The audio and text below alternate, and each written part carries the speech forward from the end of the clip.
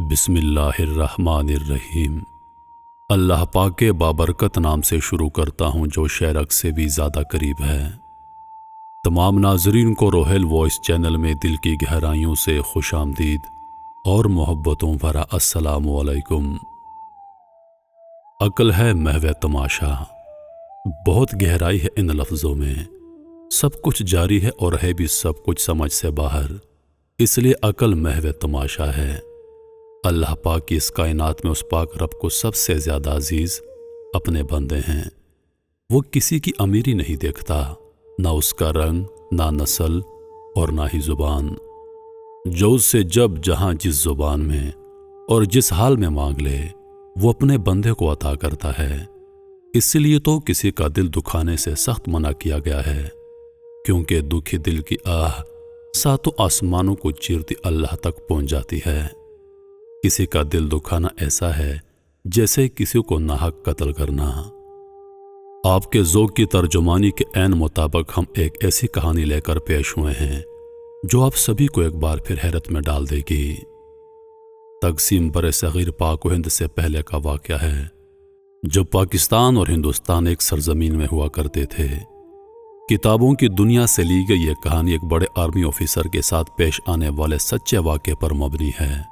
بہرحال اس کا حقیقت کی دنیا سے کتنا تعلق ہے وہ ہم خود بھی نہیں جانتے، ہاں لیکن ہمارے توجہ کا مرکز اس کہانی میں چھپا وہ اخلاقی سبق ہے جس کی شاید ہم سبھی کو اشد ضرورت ہے۔ وہ انگریز میجر تھے۔ یہ عجیب و غریب سانیہ ان کے ساتھ پیش آیا تھا۔ کسی کو بھی آج تک اس بات پر یقین نہیں آتا وہ ایک پراسرار آدمی تھا، اچانک کہاں سے آیا اور کہاں چلا گیا۔ شاید ان کی تقدیر کے لکھے کو سچ کرنے کے لیے اوپر والے نے ان کی آزمائش بنا کر بھیجا تھا۔ میجر صاحب نے اس کا دل دکھایا، نہ صرف اتنا بلکہ اس سے بدسلوکی سے پیش آئے۔ وہ درویش انجانی طاقتوں کا محور تھا۔ اس نے بھوکے پیٹ اور دکھی دل سے میجر صاحب کو بددعا دی تھی۔ اولاد بھی ماں باپ کا کیا بھگتتی ہے، لہٰذا ان کی بیوی اور بیٹی بھی اس بددعا کی لپیٹ میں آ گئے۔ اور اب ہم آپ سبھی کے ساتھ اس واقعے کو شیئر کر رہے ہیں۔ یہ بہار کی ایک پرسکون صبح تھی۔ میجر جارج ہاتھ میں آج کے دن کا اخبار تھامے لان میں بیٹھے ہوئے تھے۔ چونکہ وہ انگریزوں کی آرمی کے اعلیٰ عہدے پر فائز تھے، لہٰذا ان کو شاہانہ گھر ملا ہوا تھا۔ ان کے گھر کے ارد گرد اور بھی کئی آفیسرز کے گھر تھے، لیکن وہ درویش سیدھا میجر صاحب کے گھر آیا۔ وہ اخبار پڑھنے میں مگن تھے کہ کسی کے آنے کی آواز سے چونک پڑے۔ دیکھا تو ایک سیاہ رنگ کا کالا درویش پھٹے پرانے کپڑوں میں بلبوس، ہاتھ میں کاسا اور ایک بڑا سا عصا تھامے کھڑا ہے۔ میجر صاحب کو اس کی یوں بلا وجہ آمد پر سخت غصہ آیا اور وہ ایک دم کھڑے ہو گئے۔ کون ہو تم اور کیا چاہیے؟ میجر صاحب ہندی اور اردو مکس زبانیں بول لیتے تھے۔ درویش نے کہا، صاحب میں بھوکا ہوں، 1 مہینے سے سفر میں ہوں، کوئی ٹھکانہ نہیں ہے، میں تم سے کچھ نہیں مانگتا، بس کھانے کو کچھ دے دو۔ میجر صاحب کو اس کے کالے رنگ کو دیکھ کر سخت غصہ آ رہا تھا۔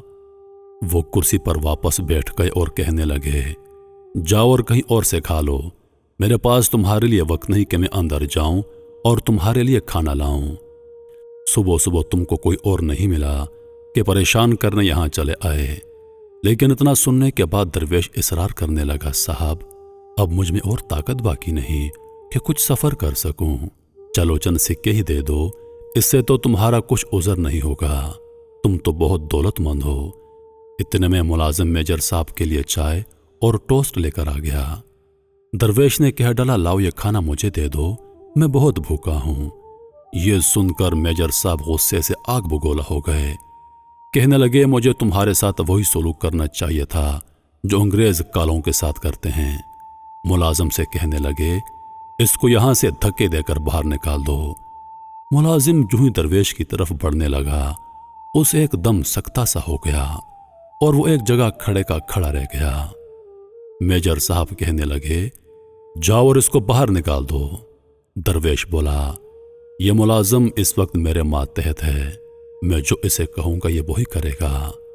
میجر صاحب نے جلدی سے درویش کو باہر نکالنے کے لیے کتے بلوا لیے، لیکن کتے یہاں وہاں دیکھ کر بھونکتے اور درویش تو جیسے ان کو نظر نہیں آ رہا تھا۔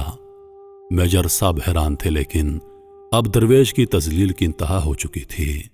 اسے بہت دکھ ہوا اور غصے میں آ کر کہنے لگا، میں تمہیں بددعا دیتا ہوں کہ آج سے ٹھیک 1 مہینے کے بعد تم مجھ سے کھانا مانگو گے۔ یہ کہہ کر درویش نے زمین پر اپنا عصا زور سے مارا اور وہاں سے واپس چلا گیا۔ اس کے جانے کے کچھ دیر بعد ملازم اپنی نارمل حالت میں واپس آ گیا۔ میجر صاحب کی بیوی اور بیٹی جب آئے تو انہوں نے انہیں سارے واقعے کے بارے میں بتایا۔ ان کی بیوی کہنے لگی، آپ کو اس کو کچھ کھانے کو دے دینا چاہیے تھا، آپ نے بھی خواہ ضد کی۔ اس کے بعد وہ کچھ دور کرنل صاحب کے گھر پہنچا اور یہی صدا وہاں بھی لگائی۔ وہاں کرنل صاحب کی بیٹی موجود تھی۔ وہ جلدی جلدی کچن میں گئی اور گرم دودھ کا گلاس اور ٹوسٹ لے آئی۔ درویش نے کھانا کھایا۔ وہ بہت خوش تھا۔ اپنے تھیلے سے ایک سفوف کی پڑیا نکال کر لڑکی کو دیتے ہوئے کہنے لگا، اس کو اپنے پاس رکھو، کچھ ہی دنوں میں تمہارے گھر میں کوئی بہت سخت بیمار ہو جائے گا، حتیٰ کہ اس کی جان خطرے میں ہوگی، تم اس سفوف کو نکال کر آگ میں ڈال دینا۔ کرنل صاحب کی بیٹی کو درویش کی پیشن گوئی پر بہت تعجب ہوا کہ کیسے عام سا بھکاری اتنی عجیب بات کہہ سکتا ہے، لیکن خیر اس نے وہ پڑیا لے کر اپنے پاس رکھ لی۔ شام میں کرنل صاحب گھر لوٹے۔ وہ بہت بوجھل چال چل رہے تھے، قریب ہی تھا کہ وہ زمین پر گر پڑتے۔ ان کی بیٹی نے دوڑ کر ان کو سنبھال لیا۔ وہ سخت بخار میں مبتلا تھے۔ ڈاکٹر نے ان کا چیک اپ کر کے بتایا کہ ان کو نمونیا ہو گیا ہے۔ کچھ عرصہ پہلے بھی وہ ٹائیفائڈ کا شکار ہوئے تھے، لیکن اس بار ان کی حالت سخت خراب ہو رہی تھی۔ کرنل صاحب کی بیٹی جین میجر صاحب کی بیٹی کی اچھی دوست تھی۔ جب میجر صاحب کی بیٹی کو جین کے والد کی علالت کا پتہ چلا تو اس نے ان کی عیادت کو جانا چاہا، لیکن میجر صاحب نے ان کو جانے نہ دیا۔ لیکن پھر وہ اگلے روز وہاں چلی گئی۔ 4 ڈاکٹرز کرنل صاحب کے علاج معالجے میں مصروف تھے۔ جین نے میجر صاحب کی بیٹی کو اس پر اسرار درویش کی عجیب پیشن گوئی اور پھر اس کے حقیقت میں تبدیل ہونے کے بارے میں بتا دیا۔ وہ کہنے لگی، ہاں میرے بابا نے بھی اس درویش کی ایسی عجیب صلاحیتوں کا تذکرہ کیا تھا۔ جن نے بتایا کہ اس کے پاس ایک سفوف ہے جسے کہ اس درویش نے مجھے ایسی ہی صورتحال میں استعمال کرنے کا مشورہ دیا تھا۔ میجر صاحب کی بیٹی کہنے لگی، مجھے تو پورا یقین ہے کہ اس سفوف میں کچھ کمال ضرور ہوگا، تم اس کو استعمال کر کے تو دیکھو۔ اس کے بعد جین اپنے والد کے کمرے میں گئی۔ وہاں ڈاکٹر جو اس کے آنے کا انتظار کر رہے تھے وہ کہنے لگے، دیکھیے ہم آپ سے جھوٹ نہیں بولنا چاہتے، لیکن آپ کے ابا آج رات کے مہمان ہیں۔ یہ سن کر جین پریشان ہو گئی اور رونے لگی کہ ماں تو پہلے چل بسی، اگر بابا کو بھی کچھ ہو گیا تو میں کیا کروں گی۔ اتنے میں اسے وہ پڑیا یاد آ گئی۔ وہ ڈاکٹر کو کہنے لگی، آپ بابا کے پاس رہیے گا، میں ابھی آتی ہوں، اور ہاں اگر ان کی طبیعت میں کچھ بہتری آئے تو مجھے بتائیے گا۔ یہ کہہ کر جین وہاں سے چلی گئی اور اپنے کمرے میں جا کر اس نے وہ سفوف آتش دان کی آگ میں ڈال دیا۔ اس کے ساتھ ہی کرنل صاحب کی طبیعت میں واضح بہتری آ گئی اور صبح تک بہت بہتر محسوس کر رہے تھے۔ اس بات پر وہ سب حیران و خوش تھے۔ اب ذرا میجر صاحب پر دوبارہ لوٹتے ہیں۔ اب ان کی باری تھی اپنی غلطی کی سزا بھگتنے کی۔ رات کو وہ پرسکون سوئے۔ اگلی صبح جب بیدار ہوئے تو ان کے گھر میں کوئی بھی ملازم نظر نہیں آ رہا تھا۔ ملازموں کو پکارتے پکارتے وہ ان کے کوارٹر تک پہنچ گئے۔ دروازہ کھٹکھٹایا تو ان کا ملازم باہر نکلا اور کہنے لگا، صاحب میرا بیٹا 2 دن پہلے مجھے ملنے آیا تھا۔ وہ جہاں سے آیا تھا وہاں طاعون کا مرض پھیلا ہوا تھا، اس کو بھی طاعون تھا اور اب مجھے بھی ہو گیا ہے۔ آپ یہاں سے چلے جائیے ورنہ یہ آپ کو بھی ہو جائے گا۔ میجر صاحب نے اس کی بات کی اطلاع میڈیکل کیمپ میں کر دی اور ان کے پورے گھر کو خالی کروا لیا گیا اور ان کے خاندان سمیت ایک الگ جگہ رہائش کے لیے بھیج دیا گیا۔ شام کا وقت ہو چکا تھا۔ ان کا بھوک سے برا حال تھا۔ ڈپارٹمنٹ کی طرف سے جو ان کے لیے کھانا بھجوایا گیا تھا وہ گاڑی ایک حادثے کے باعث کھائی میں جا گری۔ مارے بھوکے وہ اپنے دوست کے ہاں گئے۔ جو بھی کھانا ان کے سامنے پیش کیا جاتا اس میں سے سخت بدبو آنے لگتی۔ میجر صاحب کے کانوں میں اس درویش کے الفاظ گھوم رہے تھے، اسے شدید بھوک اور پیاس کے عالم میں انہوں نے 3 دن گزار لیے۔ اب تو ان کے پورے خاندان کا برا حال ہو گیا۔ گرتے پڑتے وہ ایک سڑک کے کنارے سے گزر رہے تھے، وہاں ان کو ایک جھونپڑی نظر آئی۔ میجر صاحب اور ان کے اہل خانہ کا پیاس اور بھوک سے برا حال تھا۔ جھونپڑی کے قریب جا کر کہنے لگے، کوئی ہمیں پانی دے سکتا ہے؟ اتنے میں اندر سے وہی درویش باہر نکلا، کہنے لگا، اللہ آپ کے حال پر رحم کرے۔ اندر گیا اور گرم دودھ اور کچھ کھانا لا کر ان کے سامنے پیش کر دیا۔ وہ کھانا اتنا لذیذ تھا کہ میجر صاحب نے اس سے پہلے اتنا لذیذ کھانا نہیں کھایا تھا۔ میجر صاحب کہنے لگے، بابا مجھے معاف کر دو۔ درویش کہنے لگا، اللہ تم سے راضی ہو جائے، اب تم اس مصیبت سے آزاد ہو۔